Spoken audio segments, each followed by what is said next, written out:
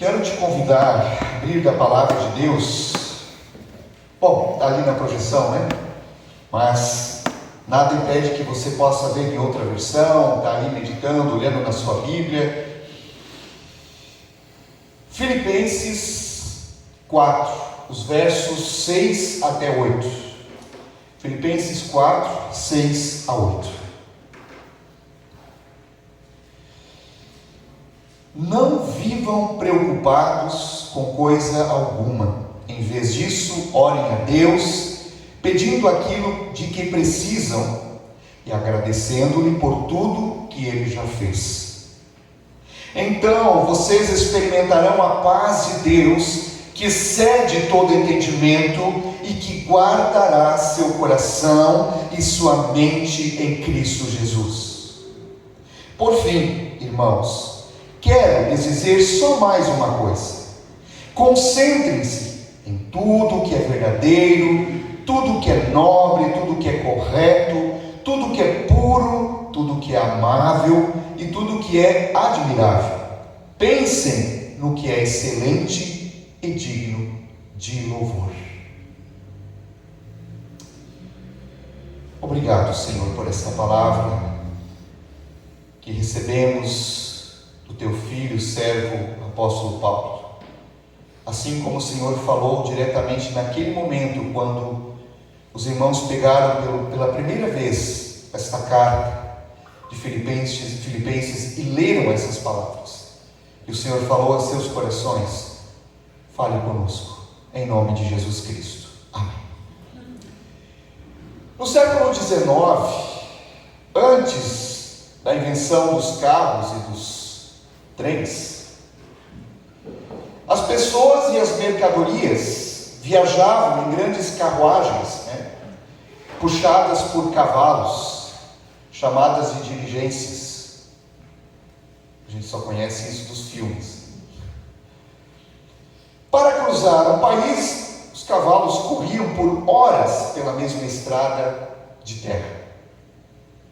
Com o passar dos meses, dos anos, peso daquela carruagem, os cascos dos cavalos passando exatamente pelo mesmo lugar, criavam sulcos ou trilhos profundos na terra. A estrada ficava tão cavada naquele ponto que, se o cocheiro soltasse as rédeas, as rodas da carruagem entravam naqueles sulcos e andavam sozinhos. Os cavalos não precisavam ser guiados, eles seguiam um buraco que já estava moldado ali no chão. Diz a história que mesmo quando uma estrada nova, mais segura, plana e pavimentada, era construída bem ao lado da antiga, se o cocheiro se distraísse por um segundo e soltasse as rédeas, os cavalos, por puro hábito e força do costume, desviavam a carruagem de volta para a estrada velha, emburacada e perigosa. Por quê? Eles procuravam o sulco antigo, ou a antiga estrada, porque era o único caminho que eles conheciam. Quais são os sulcos ou trilhos antigos que você tende a percorrer num ciclo destrutivo? Autodestrutivo e destrutivo não só em relação a ti, às outras pessoas. Ciclos destrutivos, o que são? Hábitos arraigados de sentimentos, pensamentos e comportamentos que me destroem, e as pessoas com quem convivo, especialmente as mais íntimas, mais próximas de mim. O meu convite é para que você seja assim como eu, um inconformado com esse mundo e consigo mesmo.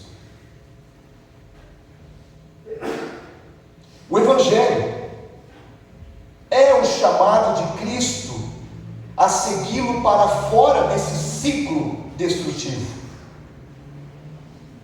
e na construção de uma nova estrada ou história de vida. Amém? Vamos meditar nisso? Paulo inicia esse trecho dizendo: não vivam preocupados, ansiosos com coisa alguma. Ótimo conselho. Fácil de praticar? Talvez para você seja. Que bom se for, né? Para mim não é nada fácil. Um bom conselho, mas que a gente tem dificuldade.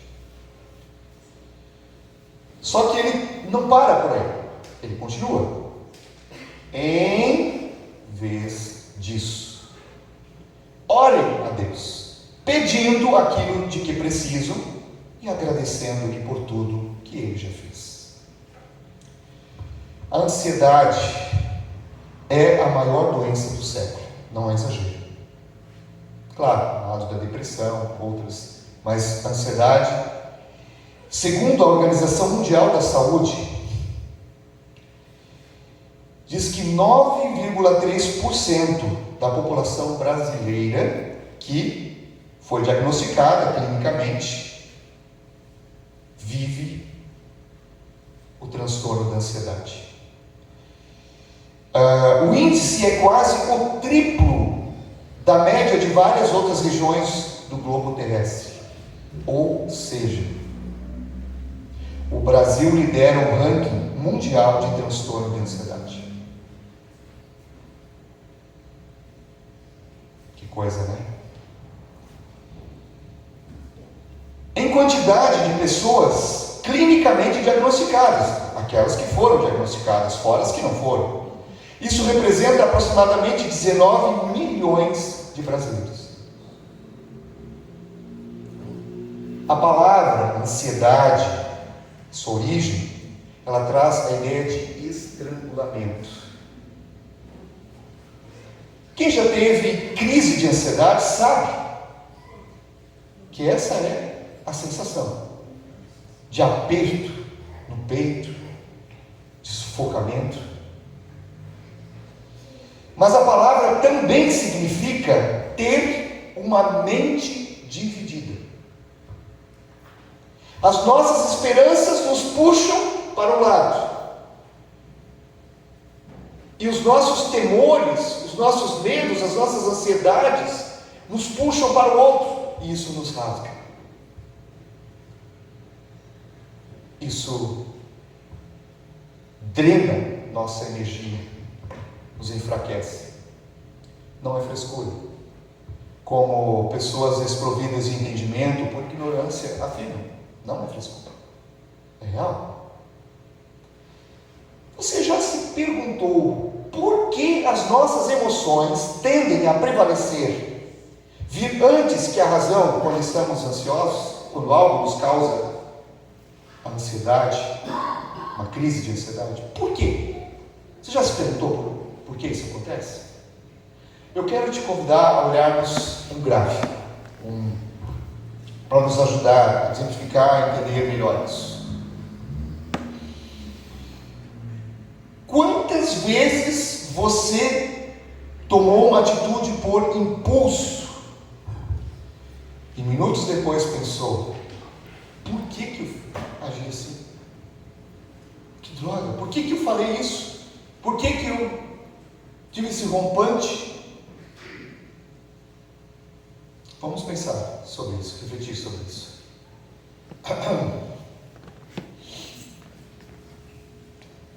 Já vamos passar, ótimo, é outra. Isso. Dá para ver bem? Eu não sou um profissional que atua, na neurologia, mas hoje nós temos a possibilidade de ter um entendimento ampliado sobre algumas questões bem importantes, essenciais. Veja, a nossa biologia, ou seja, a maneira que Deus nos criou, e a nossa parte disso, a nossa mente, foram desenhadas por Deus de uma forma perfeita para a nossa sobrevivência. Entenda isso, para a nossa sobrevivência.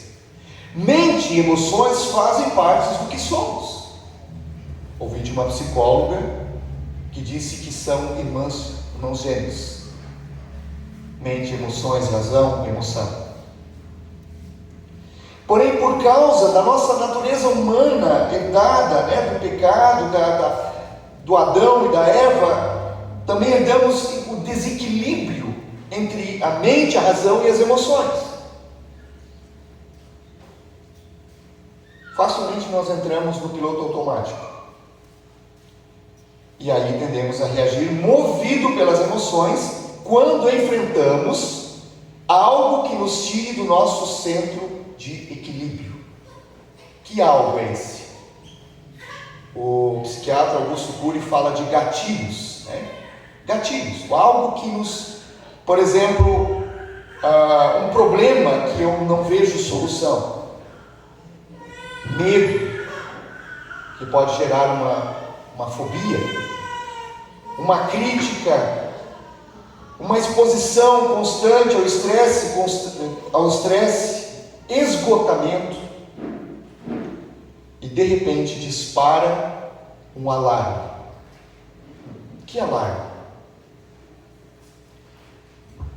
Aqui você vê ali que tem uma parte desse cérebro que se chama amígdala.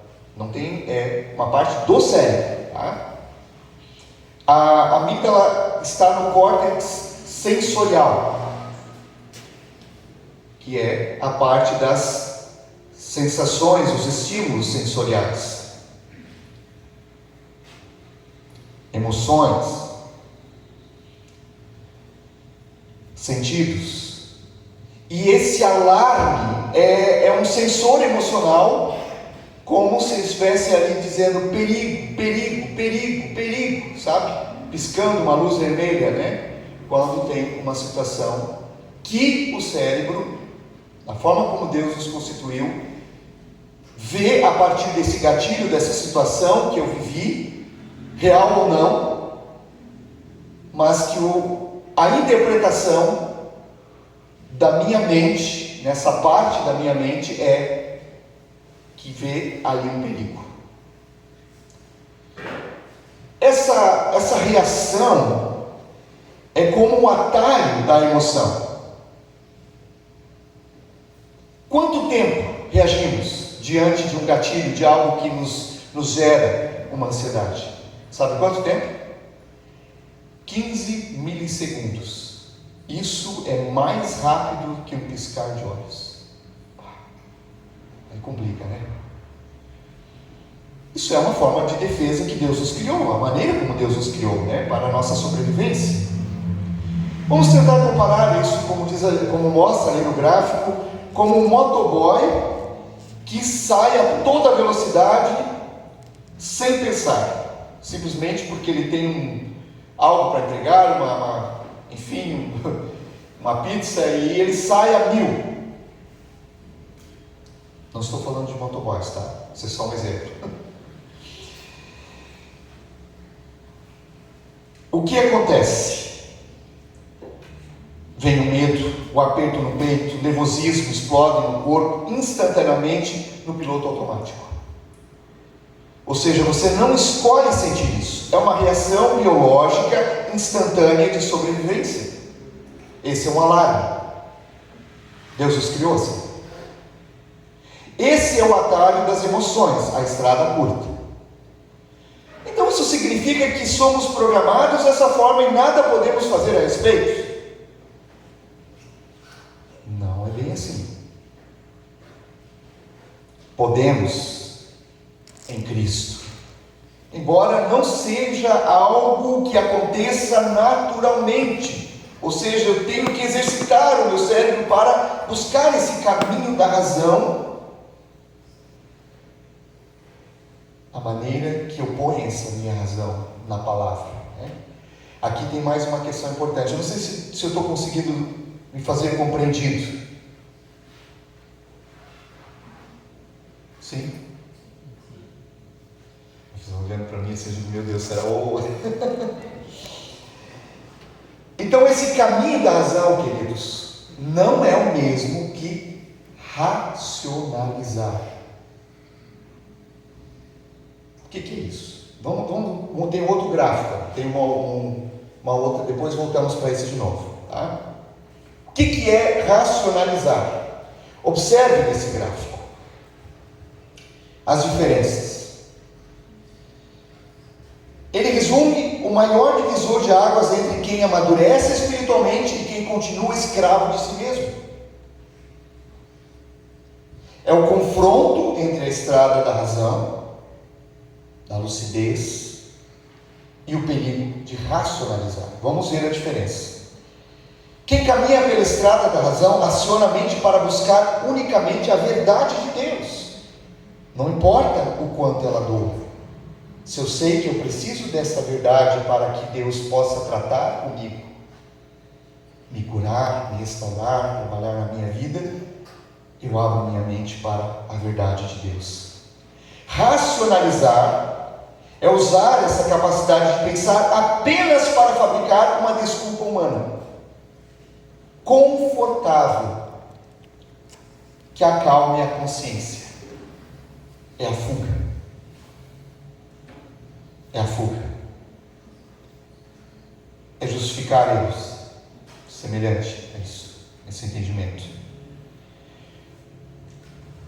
Quando um comportamento errado, uma crise de ansiedade acontece, a pessoa que usa a razão à luz do Espírito de Deus assume a culpa e trabalha no conserto. Racionalizar é diferente. É fugir da culpa e colocar máscaras.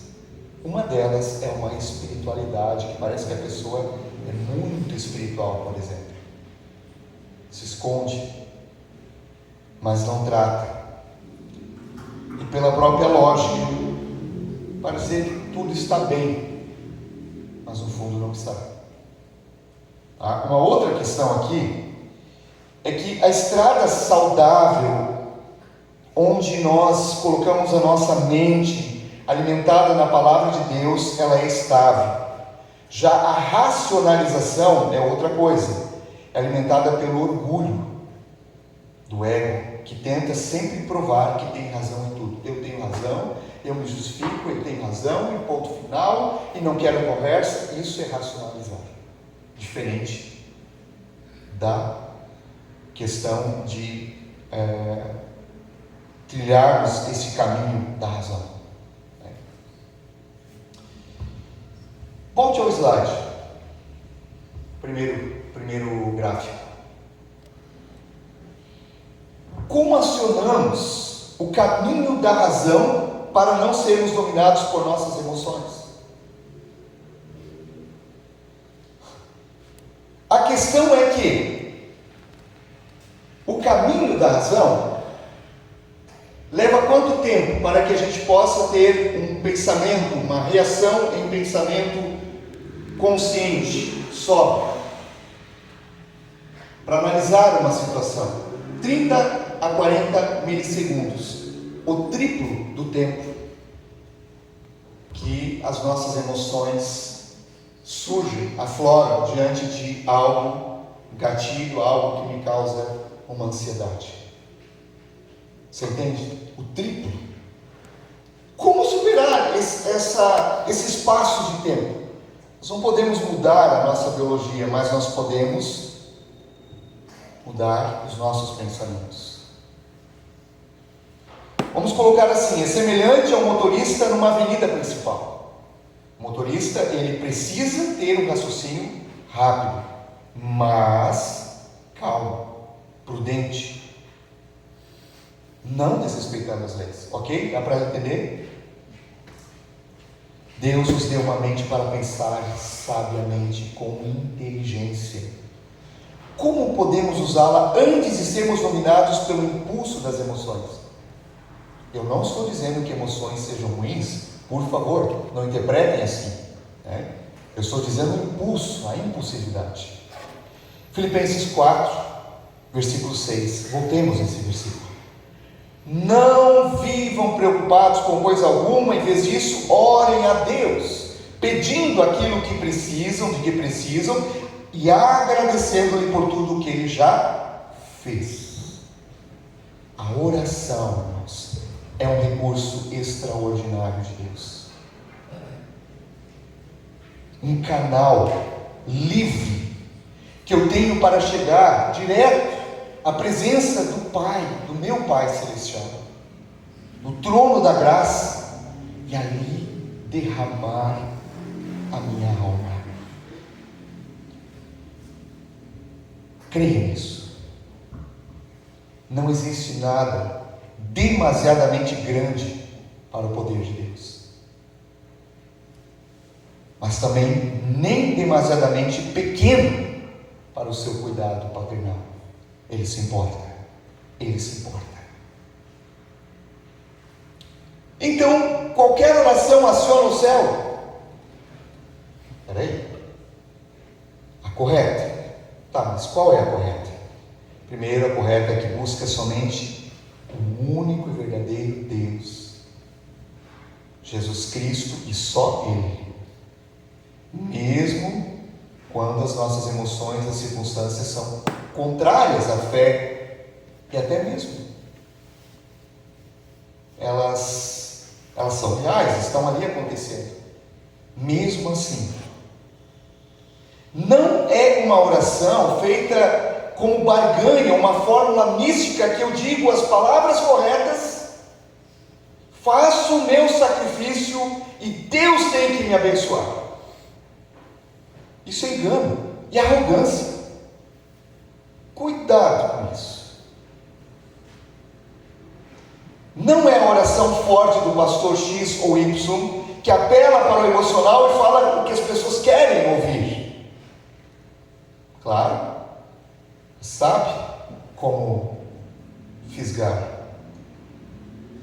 Muitas vezes ultrapassando a Bíblia. Nada disso.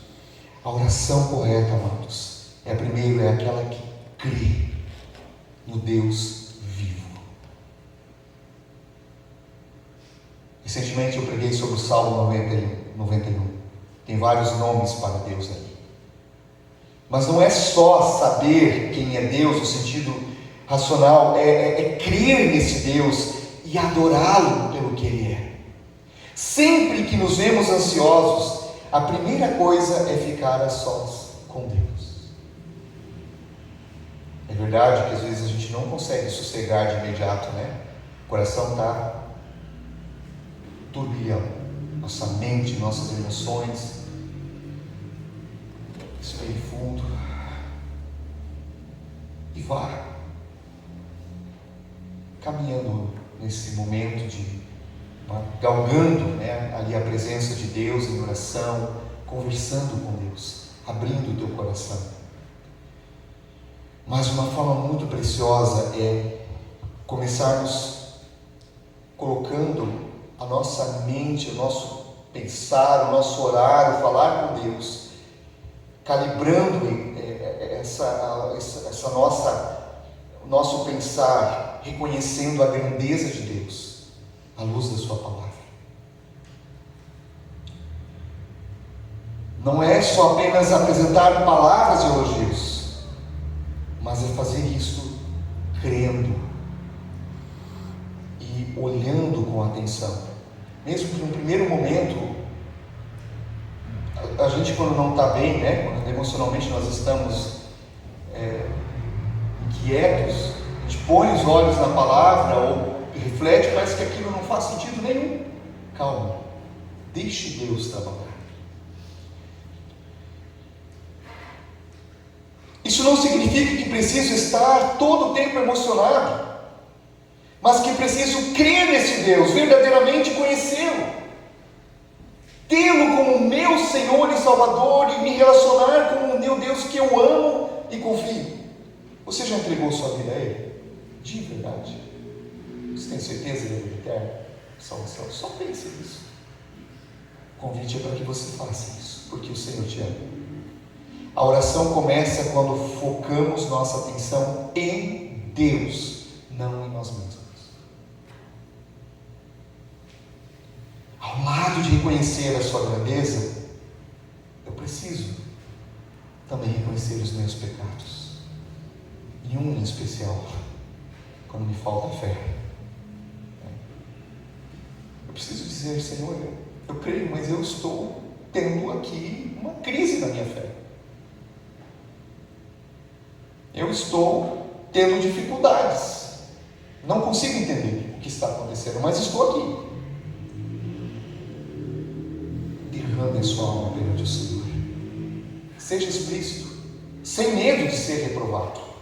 Deus te conhece intimamente e nada lhe será surpresa. Só que o Senhor espera que você expresse, porque isso faz parte do processo de cura. A relação com Deus é no relacionamento, é na comunhão, é na ação que o Espírito Santo vai operando nesse relacionamento. Dê nome aos sentimentos. Ao dar nome às suas angústias diante de Deus, por exemplo, eu estou com medo, eu estou com inveja daquela pessoa, eu estou com raiva. Diz que a atividade da amígdala diminui imediatamente. O córtex pré-frontal assume o controle. Ou seja, você traz a lucidez. Você traz a luz. Isso é bíblico, inclusive. Traz a luz. Não foge daquilo que realmente você está sentindo, que está te inquietando. Fale. Ao fazer isso, você tira a carga de cima do seu sistema nervoso e a deposita naquele que tem todo o poder, Jesus Cristo. Amados, quando nós guardamos uma preocupação, o cérebro entra no que se chama ruminação cognitiva. Ruminação acho que é conhecido, o bichinho, né? A vaquinha mastiga, mastiga, mastiga, mastiga, mastiga. Cognitiva é pensamentos. Ruminação cognitiva é o hábito de ficar repisando, mastigando e revivendo o mesmo pensamento negativo ou preocupação repetidas vezes na cabeça, sem chegar a lugar nenhum. Você já viveu isso? Você engole um problema, em vez de digerir e resolver, traz ele de volta para a sua mente, para sofrer tudo de novo. Isso se chama um looping, né?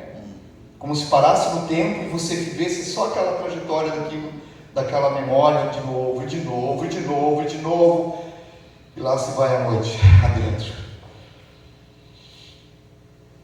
Rompa esse ciclo vicioso de autodestruição, trazendo tudo à presença do Senhor. Como eu disse, esse ciclo de destruição, né? Autodestruição, ele também atinge os demais.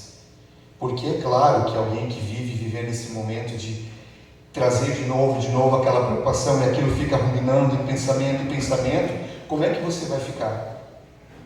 Vai ficar super tranquilo, com bastante energia, um humor assim, né? Exatamente o contrário, né? Mau humor. Daqui a pouco a gente reage com explosão, a gente fala o que não deveria, machuca, e aí esse ciclo fica se repetindo de novo. Não deixe de fora na sua oração algo importantíssimo: o agradecimento, a gratidão. Traga à sua memória aquilo que lhe dá esperança. Relembre o que Deus fez por você concretamente. Você pode me dizer, alguém pode me dizer hoje, tem a liberdade de dizer 2 coisas boas que você viveu nesse dia de hoje. Dá para falar? 2 coisas boas.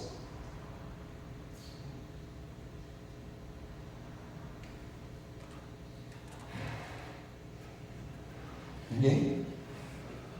Certo?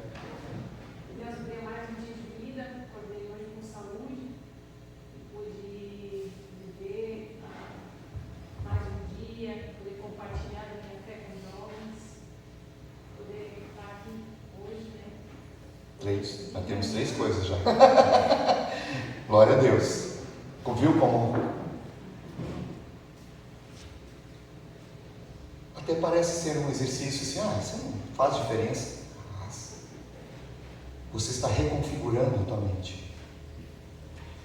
Você sabia que é impossível para o cérebro humano processar ansiedade e gratidão ao mesmo tempo? pois elas utilizam vias neurais concorrentes.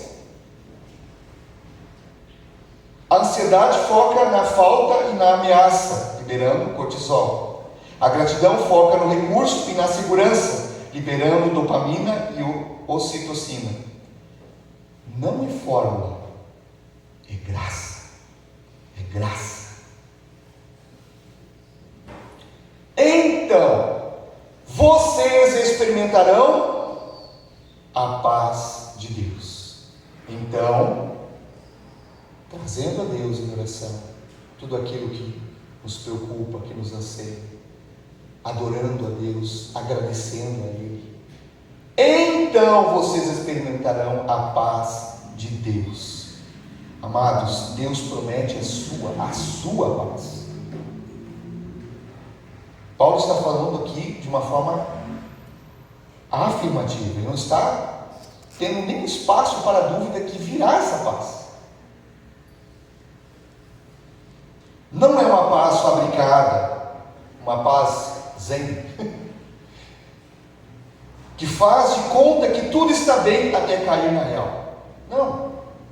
Não é uma paz de ausência de problemas, mas que apesar deles, e mesmo na gravidade que seja, ela é fruto do Espírito Santo. Fruto do Espírito Santo. Que Deus me dá pelo Espírito de Deus quando busco. E gera então a calma e a força para o enfrentamento.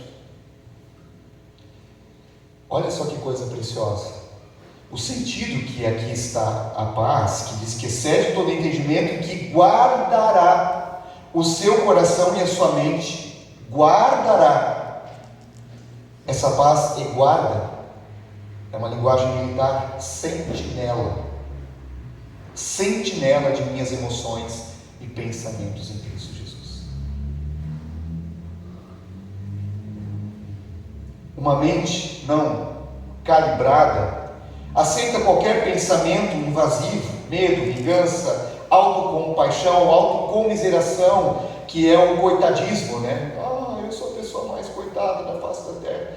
Não estou falando de você abrir o teu coração, de você expor o que você está, desabafar com Deus, com alguém que você confia. O coitadismo é diferente. O coitadismo, a pessoa ela é a vítima da face da terra, né? A oração estabelece essa paz sentinela.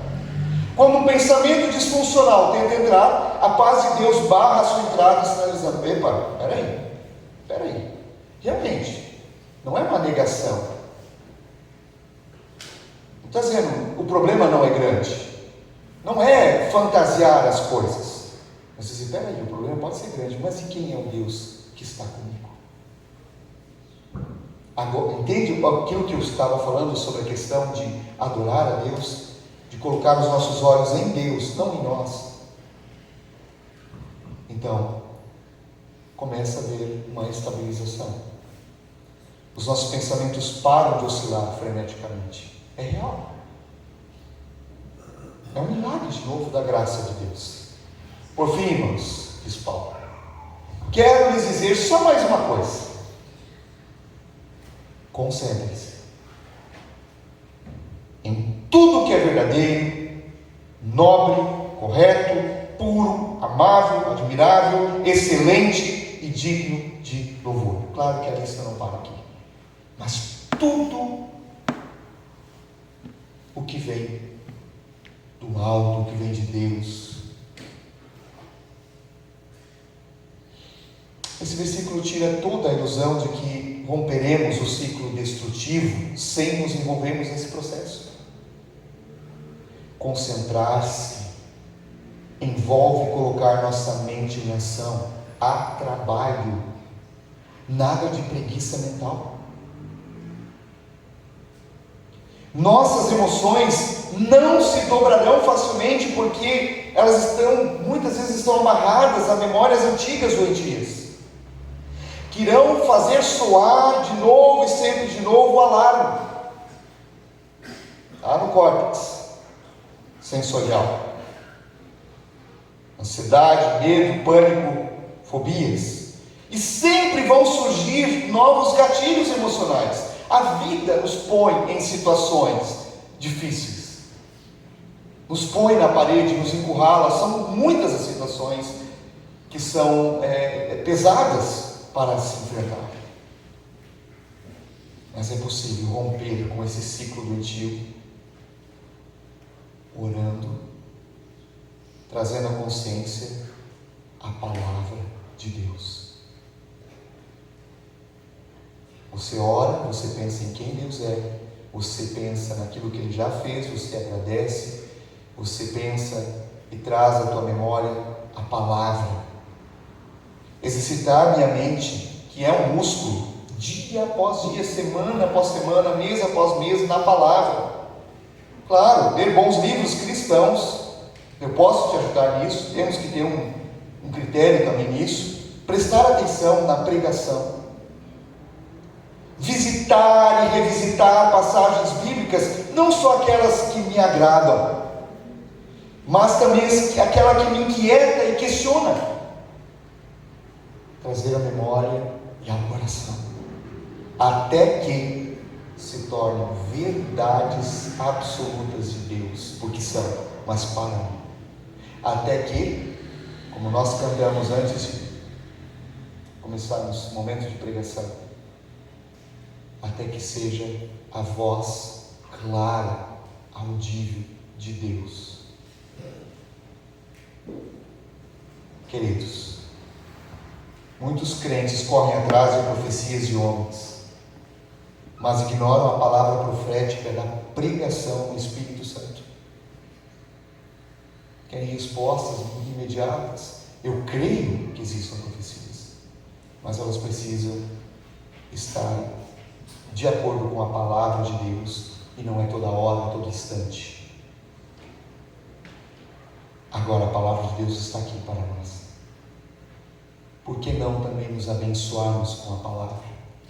Por que não pedirmos a Deus, Senhor, me ajude, para que eu também possa ser um instrumento da tua bênção para transmitir a tua palavra ao meu irmão, naquela palavra que o Senhor quer falar no coração dele.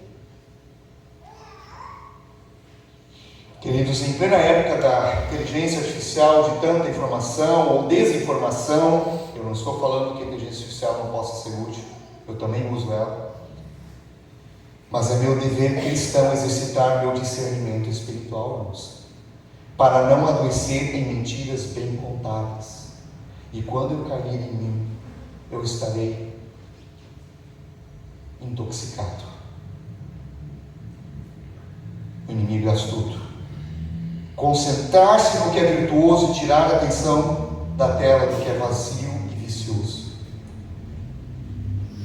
Estou terminando aqui. Os pensamentos alinhados à verdade de Deus reescrevem uma nova história de vida, mas em constante transformação.